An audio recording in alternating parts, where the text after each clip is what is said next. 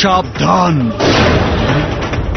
এই হাত শুধু এক পরিবারের প্রয়োজনে ওদের উপর ব্যবহার করেছি, আর এখন বাবুনগরের হাজারো পরিবারের প্রয়োজনে ব্যবহার করলে পরিণাম কি হতে পারে বুঝে নে।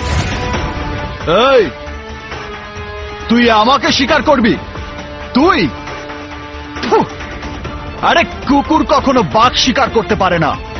এই পৃথিবীতে কে কখন জন্ম নেবে আর কে কখন মারা যাবে তার প্রতিটি হিসাব ওই উপরওয়ালার হাতে, তোর মতো শয়তানের হাতে না।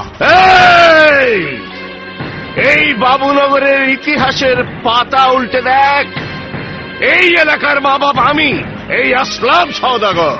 মা বাপ ঠিকই, তবে অবৈধ সন্তানের।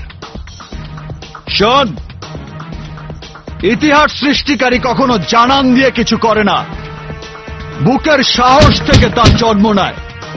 আমার মতো আসবে, দাঁড়াবে, শুরু করবে, তারপর ইতিহাস রচনা করে ফিরে যাবে। মনে রাখিস, আমার এই হাত আজ শুধু রক্ষা করার জন্য উঠেছে।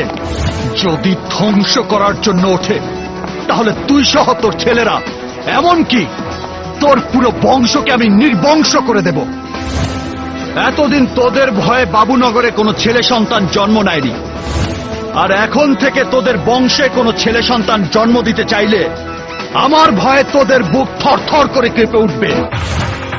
আমার মা বাবার কসম খেয়ে বলছি, আজ থেকে আমার পরিবার সহ এই বাবুনগরের আমিই রক্ষক।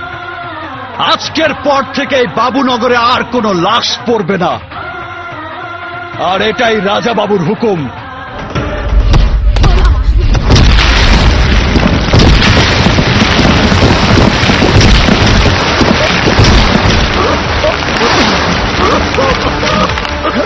তাই বলছি, বি কেয়ারফুল।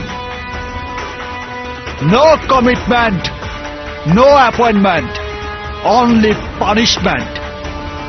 আমার মধ্যে ঘুমিয়ে থাকা হিংস্র বাঘকে কখনো জাগানোর চেষ্টা করিস না, কারণ খোদা ছাড়া কোনো শক্তির কাছে হই না কাবু। তাই আমি রাজা বাবু।